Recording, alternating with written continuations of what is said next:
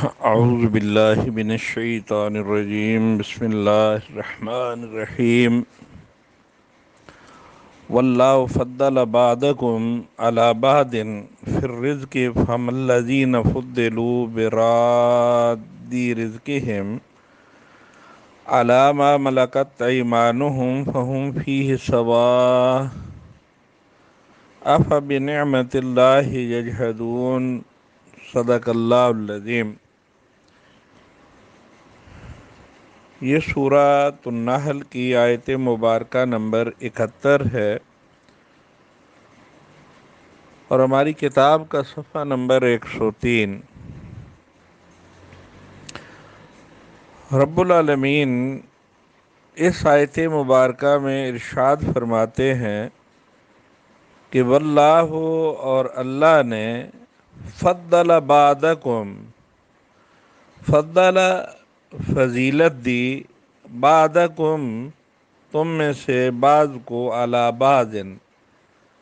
بعض پر، نہیں اللہ نے تم کو فضیلت دی ایک دوسرے پر، پھر رزق رزق میں، رزق دینے کے معاملے میں اللہ نے تمہیں ایک دوسرے پر فضیلت دی ہے۔ فَمَا الَّذِينَ فُضِّلُوا بِرَادِّ رِزْقِهِمْ، فَمَا الَّذِينَ، فما پس، اور یہاں ما نافیہ ہے،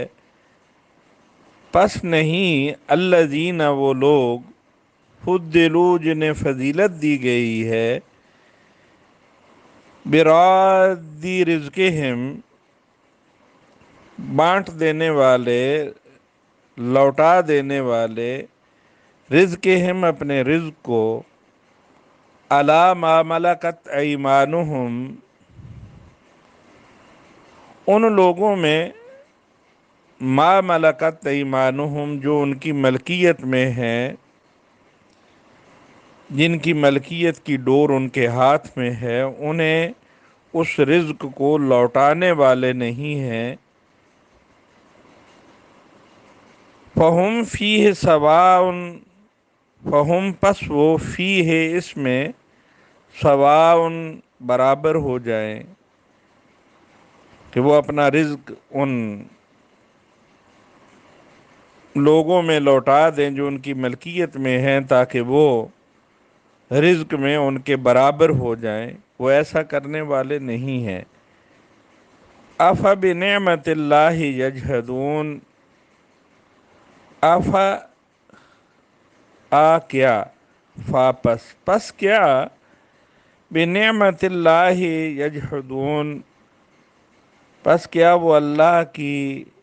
نعمت میں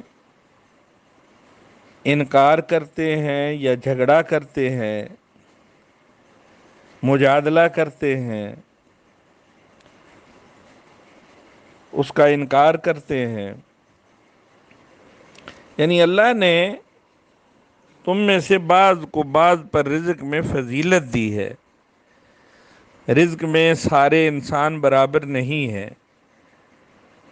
جن لوگوں کو اللہ رب العزت نے رزق میں فضیلت دی ہے، جن کو فضیلت دی گئی ہے، وہ اپنا رزق اپنے غلاموں کو اس طرح نہیں لوٹا دیتے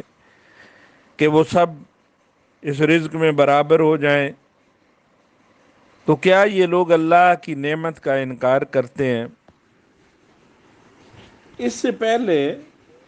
ہم نے 9 رکوع جتنے پڑھے، ان رکوعات کے اندر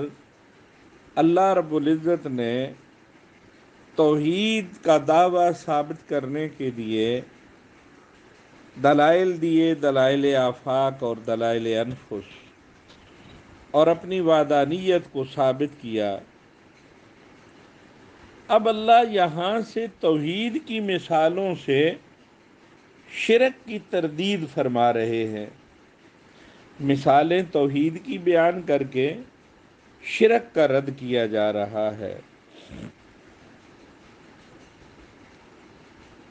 اس آیت مبارکہ میں ایک جنرل بات تو میں یہ کہتا جاؤں، وہ یہ ہے کہ جو لوگ معاشی مساوات کے قائل ہیں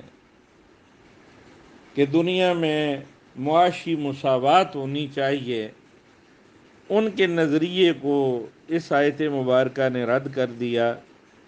کہ یہ معاشی تفاوت، معاشی برتری، ایک دوسرے پہ معیشت کے اندر کمی اور زیادتی، یہ اللہ رب العزت کا بنایا ہوا قانون ہے، یہ اس کے قبضہ قدرت میں ہے، یہ اگر چاہیں بھی تو اس کو ختم نہیں کر سکتے، اور ان کا یہ نظریہ یہ بالکل باطل نظریہ ہے ان اکنامکس والوں کا جو معاشی مساوات چاہتے ہیں اور اس کا نعرہ لگاتے ہیں۔ اب اس آیت کی تفسیر کی طرف آتے ہیں، تو یہ بات ارشاد فرمائی کہ اللہ نے بعض کو بعض پر رزق میں فضیلت دی، یعنی کئی لوگ مفلس اور نادار ہیں، اور اس دنیا میں کئی لوگ انہیں بے پناہ دولت سے نوازا گیا ہے، یہ برابر نہیں ہیں۔ اس کے اندر اللہ رب العزت نے اپنی حکمت استعمال کی ہے، اور اپنی حکمت کے تحت لوگوں کو رزق میں ایک دوسرے پر برتری دی ہے، اور اس رزق کی برتری کی مثال سے آگے شرک کی قباحت کو واضح فرمایا۔ فَمَا الَّذِينَ فُضِّلُوا بِرَادِّ رِزْقِهِمْ عَلَىٰ مَا مَلَكَتْ أَيْمَانُهُمْ فَهُمْ فِيهِ سَوَاءٌ، یعنی وہ لوگ جنہیں رزق میں فضیلت دی گئی ہے، جنہوں نے محنت و مشقت کر کے مال کمایا ہے، انہوں نے محنت و مشقت کی، اللہ نے فضل کیا اور انہیں رزق سے مالا مال کر دیا، یہ کب کا انصاف ہے کہ ان سے لے کے مفلس لوگوں میں بانٹ دیا جائے اور نکمے لوگوں کے اندر وہ رزق ان کا تقسیم کر دیا جائے تاکہ یہ سب مساوی ہو جائیں؟ یہ قطعی طور پر انصاف نہیں ہے، اور نہ ہی مالک اپنا حق غصب کرنے دیتا ہے کہ اس کا حق غصب کر کے، اس کا حق چھین کے دوسروں کو دے دیا جائے۔ یعنی جس نے محنت و مشقت کے ساتھ رزق کمایا ہے، وہ مالک ہے اس رزق کا، دن رات اس نے محنت کی ہے، وہ کب پسند کرتا ہے اس بات کو کہ اس کے رزق کو لوگوں کے اندر تقسیم کر دیا جائے اور دوسرے لوگ جنہوں نے کچھ بھی نہیں کیا وہ بھی اس کے مالک بن جائیں؟ جب دنیا کے اندر تم اس بات کو پسند نہیں کرتے تو اللہ رب العزت اپنی خدائی کے اندر یہ بات کیسے پسند کرتا ہے کہ وہ خالق ہے، وہ مالک ہے، وہ رازق ہے، وہ معبود حقیقی ہے، کہ اس کی وہ چیزیں اور اس کے وہ اختیارات لوگوں کے اندر تقسیم کر دیے جائیں؟ یہ مثال دیتے ہوئے اللہ رب العزت نے شرک کا رد فرمایا کہ جب تم یہ دنیا میں پسند نہیں کرتے کہ تم کسی چیز کے مالک کو، تم نے رزق کمایا ہے تو وہ رزق تمہارے نوکروں کے اندر بانٹ دیا جائے، تو پھر اللہ رب العزت کی ایک بات کیسے پسند کرتے ہیں؟ اللہ کے لیے یہ بات تم نے کیسے کر لی ہے اور سوچ لی ہے کہ وہ رب العالمین اپنے اختیارات کے اندر دوسروں کو شریک ٹھہرا لے اور اپنے اختیارات دوسروں میں بانٹ دے؟ اس نے نہیں بانٹے ہوئے، ان سارے اختیارات کا حقیقی مالک وہ خود ہے، اور جو کوئی اس کی اس ملکیت کے اندر نقب لگاتا ہے، نقب زنی کرتا ہے، وہ بہت بڑا ظالم ہے۔ اس لیے اللہ رب العزت نے شرک کو ظلم عظیم قرار دیا ہے کہ مشرک اللہ کے اختیارات دوسروں میں بانٹنے والا اور بغیر دلیل کے دوسروں کی طرف منسوب کرنے والا، اس سے بڑا دنیا کے اندر اور ظالم کوئی نہیں ہے۔ یہ اللہ رب العزت نے مثال دیتے ہوئے یہاں یہ بات ارشاد فرمائی۔ أَفَبِنِعْمَةِ اللَّهِ يَجْحَدُونَ، تو کیا وہ اللہ کی نعمتوں کا انکار کرتے ہیں؟ گویا یہ نعمت الہی کے انکار کے مترادف ہے۔ نعمت الہی کے انکار کا مفہوم سمجھ لینے کے بعد اس فکرے کا یہ مطلب صاف سمجھ میں آ جاتا ہے کہ جب یہ لوگ مالک اور مملوک کا فرق خوب جانتے ہیں کہ مالک کون ہے اور مملوک کسی کی ملکیت میں کون ہے، اور خود اپنی زندگی میں ہر وقت اس فرق کو ملحوظ خاطر رکھتے ہیں، تو کیا پھر ایک اللہ ہی کے معاملے میں انہیں اس بات پر اصرار ہے کہ اس کے بندوں کو اس کا شریک ٹھہرائیں اور اس کی مخلوق کو اس کا شریک ٹھہرائیں، اور جو نعمتیں انہوں نے اس سے پائی ہیں ان کا شکر ادا کرنے کی بجائے، اور جس نے دی ہیں اس کا شکر ادا کرنے کی بجائے اس کے بندوں کا شکر ادا کرتے پھریں، جب یہ قوت و صحت، یہ عقل و دانش اور یہ دولت و ثروت سب اس کی بخشی ہوئی نعمتیں ہیں، تو تم اس کی نعمتوں کا انکار نہ کرو بلکہ اس کا شکریہ ادا کرو، قول سے بھی اور اپنے عمل سے بھی، زبان سے بھی اور دل سے بھی۔ جب تم یہ شکر کرو کہ وَإِن شَكَرْتُمْ لَأَزِيدَنَّكُمْ، وہ اپنی نعمتیں مزید تمہیں دے گا اور اپنی نعمتوں کے دروازے تم پہ کھول دے گا، اور اگر تم اس کی نعمتوں کا انکار کرو گے تو پھر اللہ رب العزت بہت بڑا سزا دینے والا ہے، وہ تمہیں اس کی سزا دے گا۔ آگے پھر مثال بیان فرمائی کہ وَاللَّهُ جَعَلَ لَكُم مِّنْ أَنفُسِكُمْ أَزْوَاجًا وَجَعَلَ لَكُم مِّنْ أَزْوَاجِكُمْ بَنِينَ وَحَفَدَةً وَرَزَقَكُم مِّنَ الطَّيِّبَاتِ أَفَبِالْبَاطِلِ يُؤْمِنُونَ وَبِنِعْمَةِ اللَّهِ هُمْ يَكْفُرُونَ وَاللَّهُ جَعَلَ لَكُم، واللہ اور اللہ نے، جعل بنایا، لکم تمہارے واسطے، من انفسکم تم میں سے، تمہاری جانوں میں سے، ازواجن بیویاں، اور اللہ نے تمہارے واسطے تمہاری نسل سے بیویاں بنائیں، وجعل لکم من ازواجکم، اور اللہ نے بنائے تمہاری ان بیویوں سے، بنینا بیٹے، وحفدہ اور پوتے، ورزقکم من الطیبات اور اللہ نے تمہیں پاکیزہ رزق عطا کیا۔ افبالباطل یؤمنون، افبالباطل تو کیا باطل کو، یؤمنون وہ مانتے ہیں، وبنعمت اللہ اور جو نعمتیں اللہ نے ان کو دی ہیں، ہم یکفرون اس کا وہ انکار کرتے ہیں، کہ اللہ نے تم ہی میں سے تمہارے لیے بیویاں بنائی ہیں، تمہاری نسل سے ہیں، اور تمہاری ان بیویوں سے تمہارے لیے بیٹے اور پوتے پیدا فرما دیے ہیں، اور تمہیں عمدہ چیزیں کھانے کے لیے عنایت کی ہیں، کیا پھر بھی یہ لوگ باطل پر اور بے بنیاد باتوں پر ایمان لاتے ہیں اور اللہ کی نعمت کی ناشکری اور نعمت کا انکار کرتے ہیں؟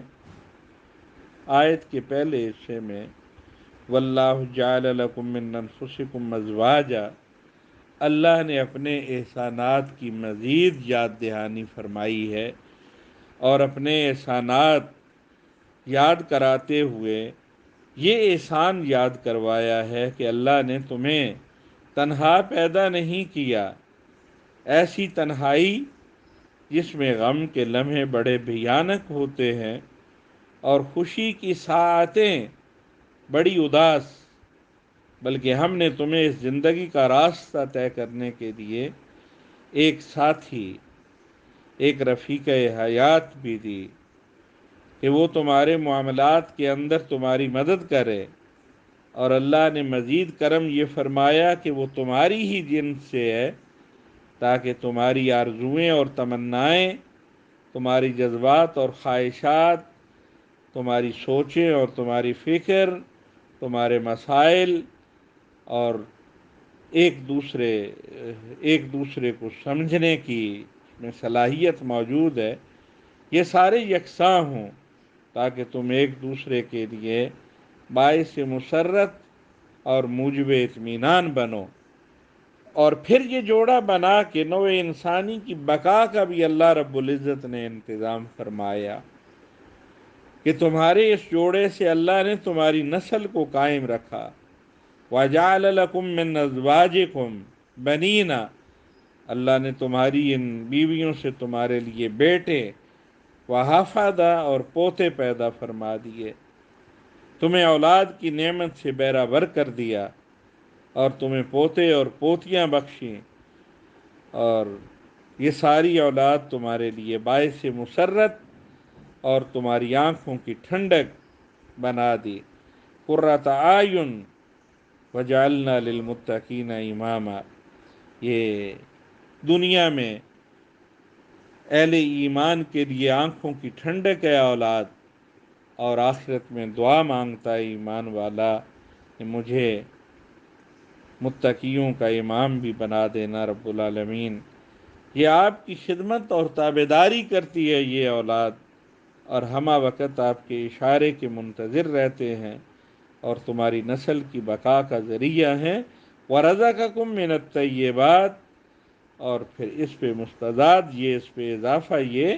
کہ اللہ نے تمہیں کھانے پینے کے لیے عمدہ رزق سے بھی نوازا ہے، پاکیزہ روزی تمہیں دی ہے اور پاکیزہ چیزیں کھانے کے لیے دی ہیں۔ أَفَبِالْبَاطِلِ يُؤْمِنُونَ، اللہ نے شکوہ کیا کہ کیا تم پھر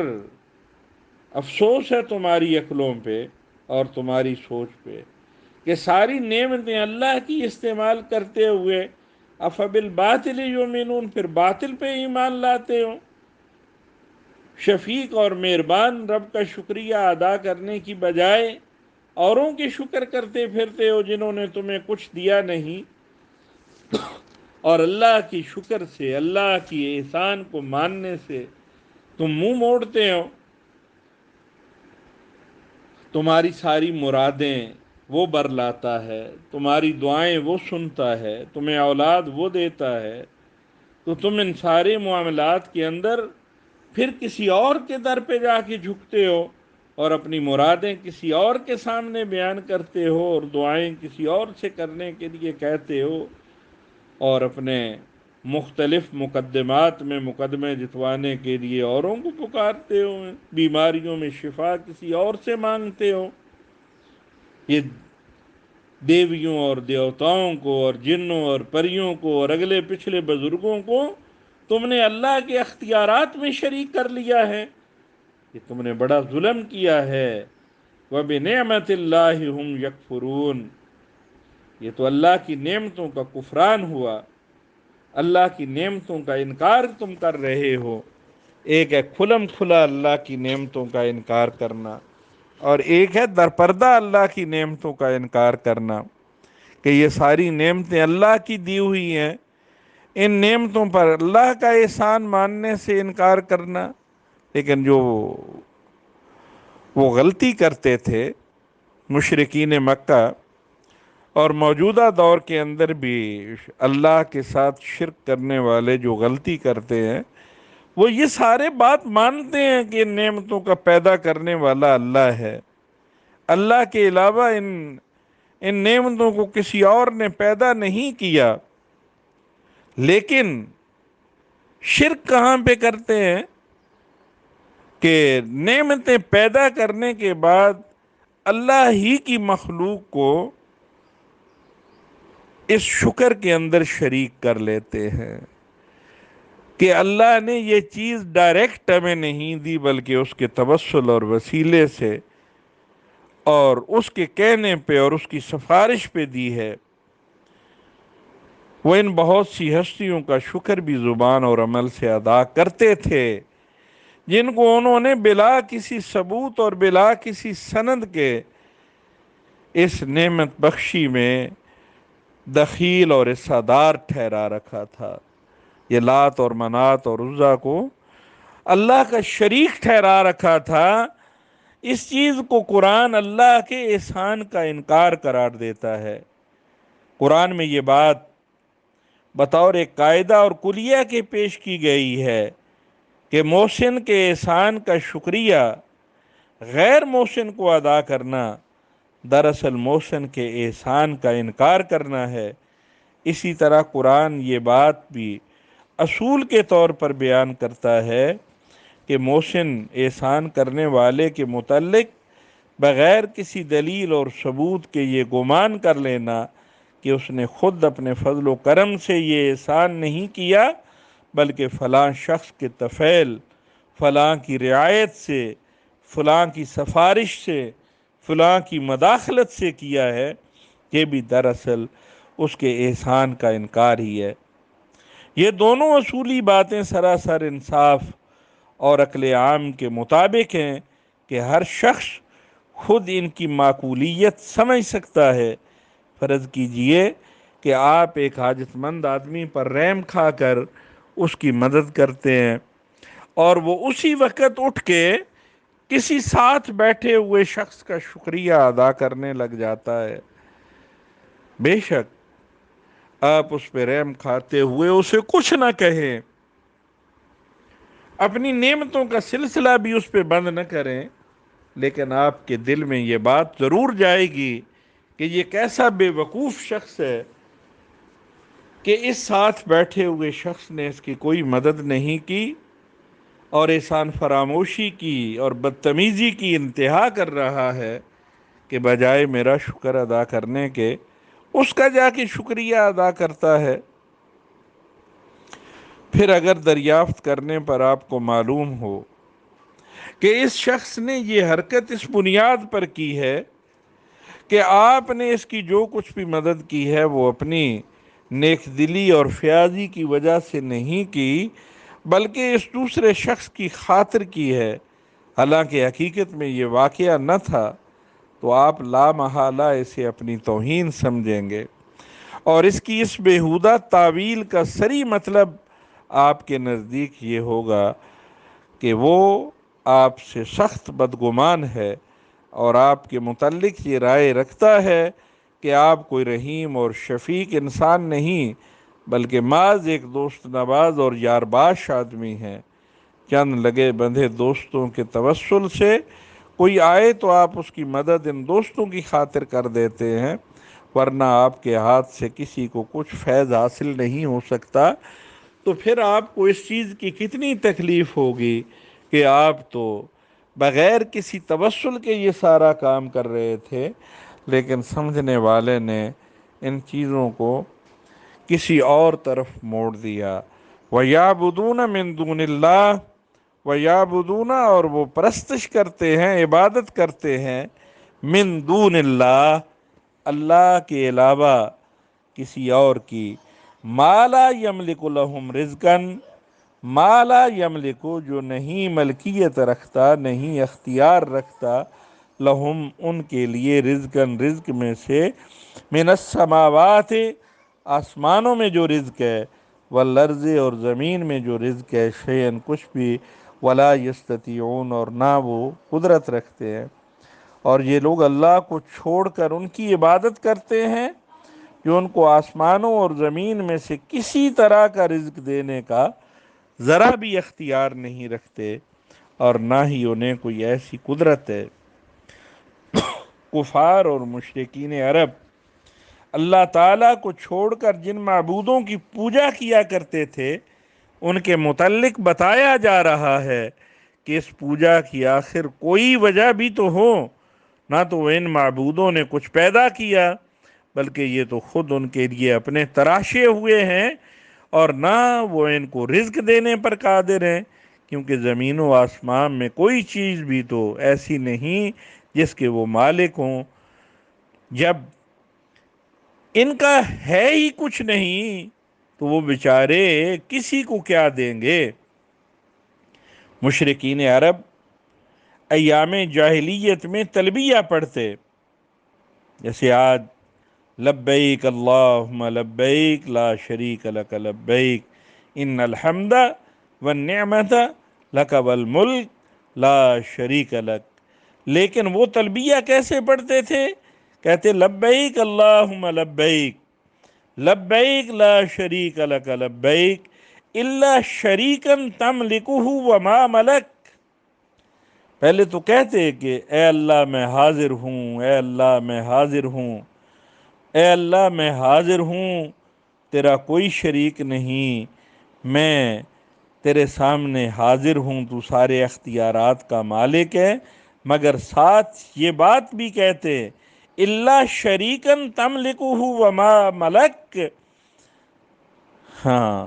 یعنی بالآخر اختیار تو تیرا اور تیرا کوئی شریک نہیں، تجھ سے آزاد ہو کر مختار نہیں ہے کوئی اور، اللہ شریکن تملکہ وما ملک،